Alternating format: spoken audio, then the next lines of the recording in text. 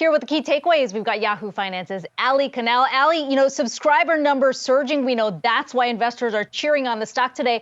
But that price hike now, how much can they extend the runway in sub numbers? Well, Kiko, there was a lot to be excited about in this report. Those sub numbers, as you mentioned, certainly a big catalyst there. But the price hikes that's hitting the U.S., U.K., and France, that's going to help boost margins. That's going to help boost ARM, or average revenue per member. And those were two metrics that investors were really concerned about heading into this report. But we finally have a clearer picture of what the path looks like in 2024. We got some more updates on the advertising tier, on the password sharing crackdown. So my vibe for this earnings call and the report overall is positive. I would say it's a pretty solid report, but let's take through some of the top takeaways from the earnings call. Number one, I have to say that Netflix once again talked about the strikes. They said they are committed to ending the actors' strike, that they were in very productive talks, but then those talks broke down after the actors union really said that they want a per subscriber fee, which we know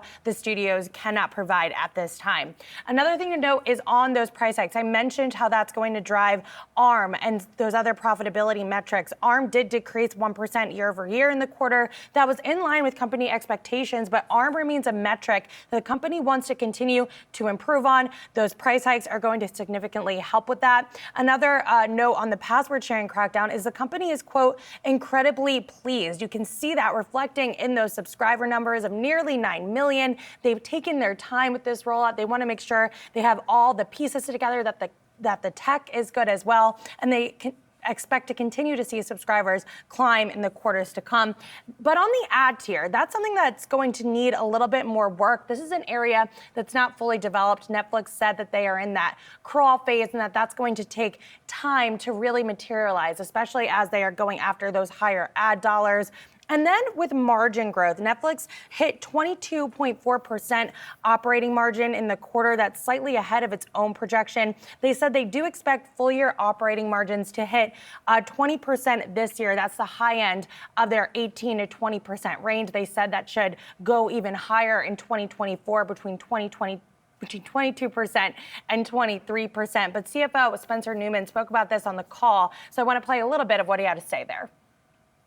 We don't think we're anywhere near a margin ceiling. We've got a long runway of margin growth. So again, no change in our objectives, no change in our long-term margin expectations. But at our current profitability and scale, we think it's prudent to balance that historical pace of margin improvement with growth investments.